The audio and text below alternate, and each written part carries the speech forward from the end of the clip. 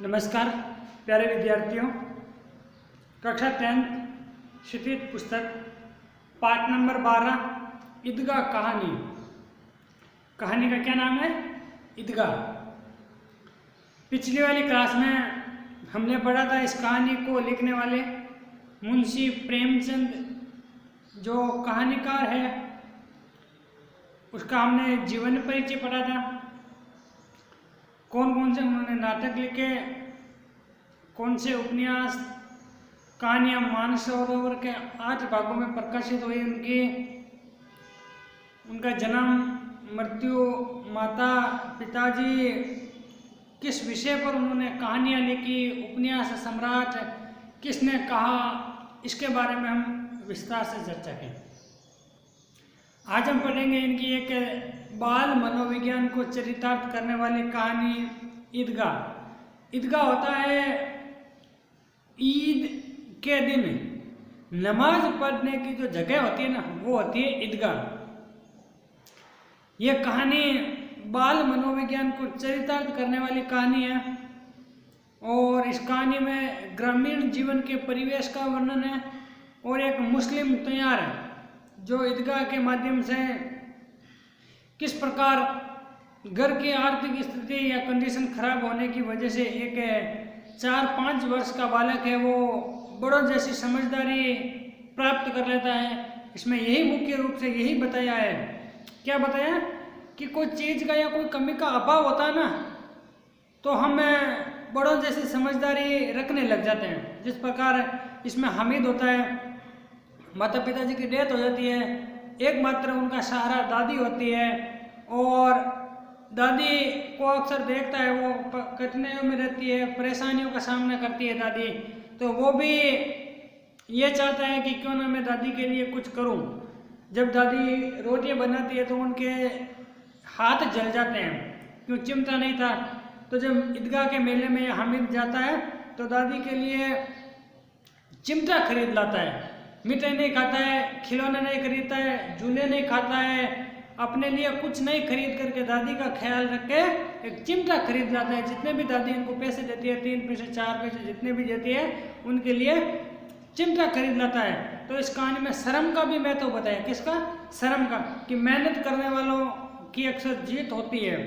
तो इसमें मुख्य कहानी का भाव यही है कि परिस्थितियों के अभाव में, अर्थात समय हमारा खिलाफ चल रहा हो, आर्थिक कंडीशन से गुजरने पर एक छोटा सा बालक किस प्रकार बड़ों जैसी समझदारी पाल लेता है, यही कहानी का मुख्य भाव है।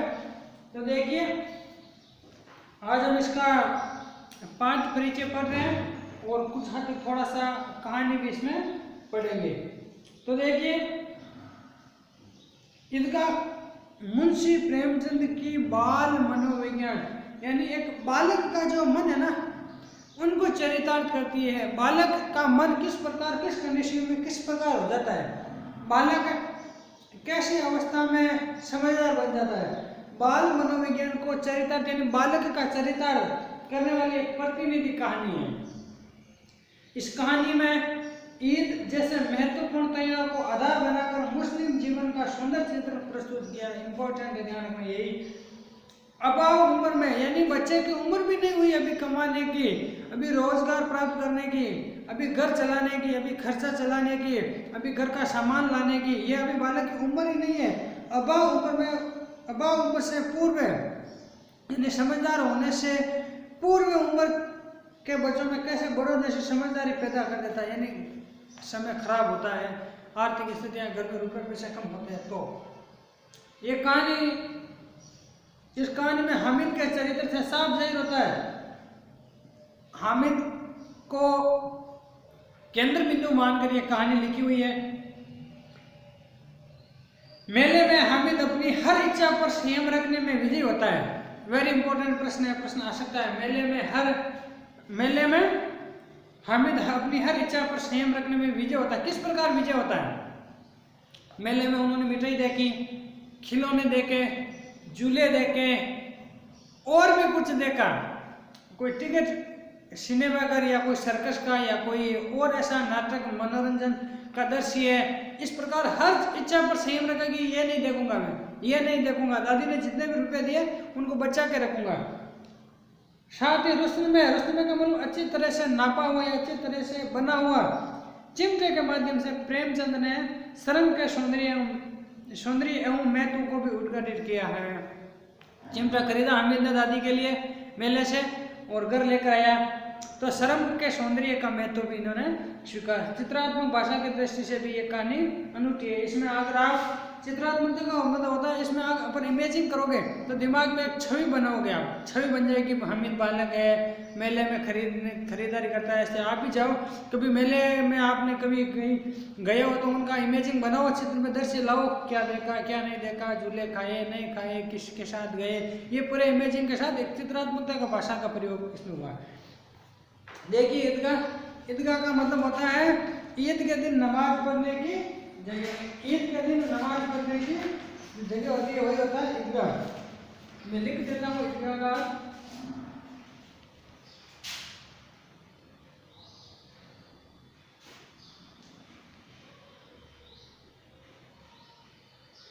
ईद के दिन नमाज पढ़ने की जगह।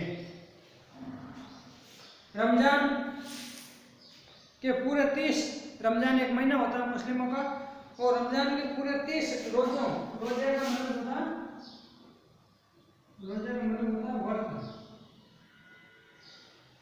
30 रोजों के बाद ईद आई, रमजान का महीना और 30 रोजे गुजरने के बाद ईद आती है मुस्लिमों का। कितना मनोरम ईद के दिन कैसा था? ईद के दिन वातावरण कैसा था, सूर्य कैसा था, लालिमा कैसी छाई हुई थी, पेड़ पौधों की कैसी मनोदशा है। दशा तो हर दिन सेम ही रहती है, लेकिन थोड़ी अजीब लगता है, थोड़ा रौनक का दिन था, खुशहाली का दिन था। तो मुंशी प्रेमचंद ने क्या बताया कि कितना मनोहर यानी मन को हरण करने वाला सुबह, ईदगाह की सुबह कितना सुहावना, प्रभात का मतलब सुबह का समय। वृक्षों पर कुछ अजीब हरियाली थी, हरियाली तो हमेशा ही रहती है, लेकिन तो यहाँ के दिन कुछ खास, खेतों में कुछ अजीब रौनक, आसमान में कुछ अजीब लालिमा यानी लाल रंग की आभा। आज का सूर्य देखो कितना प्यारा, कितना शीतल है, मानो संसार को ईद की बधाई दे रहा है। यानी ईद आई इसलिए ईद की संसार को बधाई दे रहा है। कौन? सूर्य। गांव में कितनी हलचल है, क्योंकि हलचल होती है ईद के दिन। क्या आपने दीपावली ले लो, होली ले लो, रक्षाबंधन ले लो, दशहरा ले लो, कोई भी दिन ले लो ना, जिस दिन तैयार होगी उस दिन साफ है, हलचल है, लोग नए कपड़े पहनेंगे, घर में मिठाई बनाएंगे, खुश रहेंगे, एक दूसरे से हाथ मिलाएंगे, गले मिलेंगे। तो ईदगाह जाने की तैयारी हो रही थी। अब गांव में से दूर शहर में जो ईद की नमाज पढ़ने की जो जगह होती है ना, वो शहर में जाते थे। तो ईदगाह जाने की तैयारी हो रही थी, सब लोग तैयार होकर एक दूसरे को घर चलने के लिए जाते हैं। किसी के घर में कोई कमी थी किसी बनाने की, तो इधर उधर से ला रहे थे, मैनेजमेंट करके ईदगाह जाने की तैयारी हो रही थी। किसी के कुर्ते के बटन नहीं थे, अब किसी के कुर्ते के बटन नहीं थे, बटन टूटे हुए थे, तो बटन लेने के लिए आप क्या करोगे? इधर उधर भागोगे। कुर्ते में बटन नहीं थे, पड़ोस के घर से सुई धागा लेने दौड़ा जा रहा था कि भाई उससे धागा लेके आ जाऊँ, बटन लगा दूँ। किसी के जूते कड़े हो गए, यानी काफी दिन पड़े रहने की वजह से किसी के जूते कड़े हो गए, यानी कठोर हो गए। उनमें तेल डालने के लिए कोई तेली के घर से भागा, तेली के घर भागा जा रहा है, तेल लाने के लिए जूते में डालेंगे तो कौन नरम हो जाएंगे।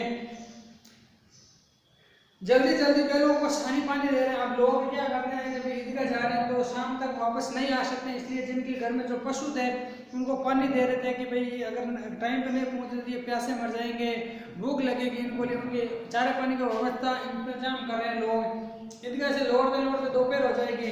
3 कोस का पैदल रास्ता यानी पैदल चलना है, और 3 कोस का रास्ता, फिर सैकड़ों आदमी से मिलना जुलना, यानी वहाँ भेंट होगी, अजनबी आएंगे, अपने रिश्तेदार उस मेले में आएंगे, तो मिलेंगे तो काफ़ी टाइम हो जाएगी, इसलिए चारा पानी सब कुछ व्यवस्था करके ही चलते हैं। दोपहर से पहले लौटना असंभव है। लड़के सबसे ज़्यादा प्रश्न थे, क्योंकि हर त्यौहार में देख लो बच्चे ही सबसे ज़्यादा प्रश्न होते हैं।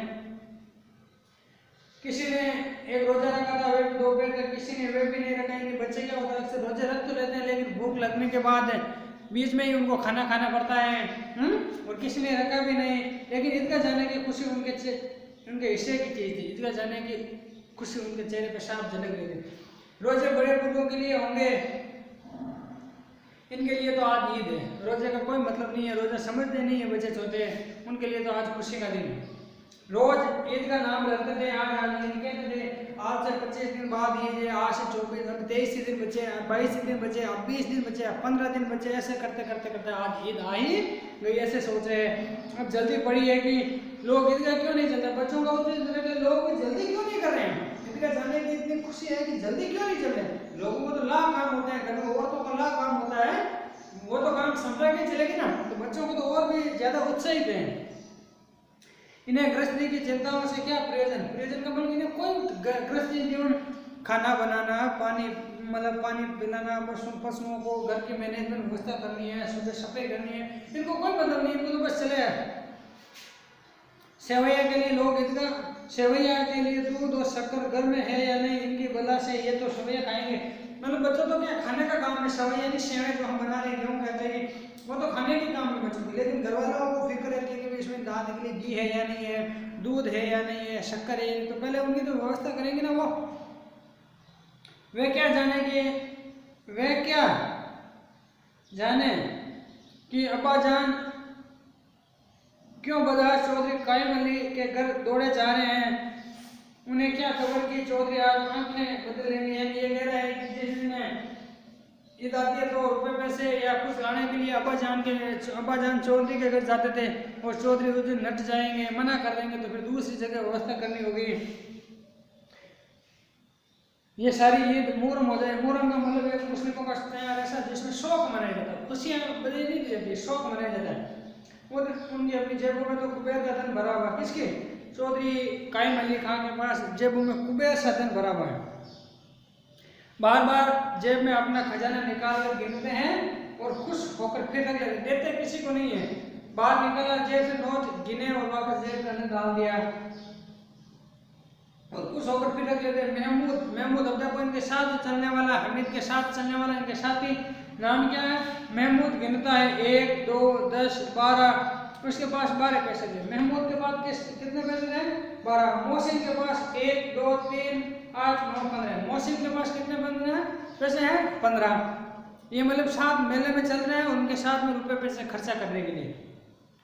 इन्हीं अनगिनत पैसों से अनगिनत चीजें लाएंगे। ये कह रहे हैं कि मैं वो लेके आऊंगा, वो लेके आऊंगा, खिलौने लाऊंगा, झूले खरीदूंगा, और कुछ लेके आएंगे, मिठाई खाएंगे, मिठाइयाँ, खिलौना, बिल्कुल गेंद और न जाने क्या क्या। और सबसे ज्यादा प्रश्न है हामिद। अब हामिद जिनके माता पिता नहीं है, दुनिया से चल बसे, एक मात्र सारा दादी है। वह 4-5 साल का गरीब सूरत दुबला पतला लड़का, जिसका बाप गत वर्ष हैजे की भेंट हो गए, हैजे हो गए, इनके पिताजी को डेथ हो गई, और माँ ने जाने क्यों पीली होती एक दिन मर गई। पीली पड़ते पड़ते एक दिन मर गई। किसी को पता नहीं चला क्या बीमारी है, कहते भी तो कौन सुनने वाला। यानी उनको पता नहीं कि बीमारी क्या है, क्या बीमारी है, ये पता ही नहीं चला। और अगर बीमारी के बारे में किसी को बताते तो कौन मदद करने वाला, क्योंकि रुपए पैसे थे नहीं, तो रुपए पैसे देने वाले भी कोई थे नहीं। दिल पर जो कुछ बीतती वह दिल में ही रहती, यानी जितना भी तकलीफ होती वो किसी को बताती नहीं थी और अपने आप में सह लेती थी और सहती थी। और जब न सह गए तो एक दिन संसार से विदा हो गई। यानी कौन, इनकी मम्मी की बात कर रहे हैं, अमीर के। अब अमीना मेरी बूढ़ी दादी अमीना की गोद में सोता है। उतने प्रश्न है, उसके अब्बाजान रुपए कमाने गए। अब उनको पता नहीं कि मेरे अब्बाजान और मेरी अम्मी यानी मम्मी दुनिया में नहीं है, वो तो प्रश्न है। उसके अब्बाजान रुपए कमाने गए, बहुत सी थैलियाँ लेकर आएंगे। अम्मी जान अल्लाह मियाँ के घर से उनके लिए बड़ी बड़ी चीज़ें लाने गए। अभी उनको तो इतना ही पता है कि अब्बाजान और मेरी मम्मी भगवान के घर गए हुए हैं और वहाँ से रुपए लेकर आएंगे थैलियों में भर भर के। इसलिए हामिद प्रश्न है। हामिद क्यों प्रश्न था, ये प्रश्न बन सकता है। आशा तो बड़ी चीज़ है, यानी कोई चीज़ की आशा बहुत बड़ी चीज़ होती है। और फिर बच्चों की आशा, उनकी कल्पना तो राय का पर्वत बना देती है। यानी एक छोटी सी कल्पना करते हैं तो वो लाएंगे, वो खाएंगे, वो पिएंगे, वो नाचेंगे, एक बहुत बड़ा कल्पना बन जाती है। हामिद के पाँव में जूते नहीं हैं, देखो हामिद के पैरों में जूते भी नहीं हैं, सिर पर एक पुरानी दुरानी टोपी है। सिर पर क्या है, पुरानी एक दुरानी टोपी है जिसका गोटा काला पड़ गया था। टोपी का जो गोटा होता है ना, बाहरी आवरण, वो काला पड़ा हुआ था। फिर भी प्रश्न है, जब उसके अब्बाजान थैलियां और अम्मीजान नियामत, नियामत का मतलब ईश्वर से जो प्राप्त होने वाला बेबू, ध्यान रखना। नियामत का क्या मतलब होता है?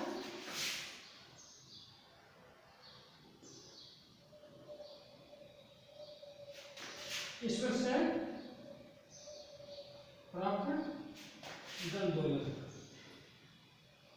मतलब ये इनको पता नहीं है कि भगवान से प्यारे हो गए, मम्मी पापा वापस नहीं आएंगे, लेकिन ये तो बच्चा है, इनको कौन समझे। ये कह रहा है कि मैं भी मेरे मम्मी पापा जब ईश्वर से, इस भगवान से के घर से वापस धन दौलत रुपए लेकर आएंगे ना, तब मैं ये मेले में मतलब आनंद करूंगा, मजा लूंगा।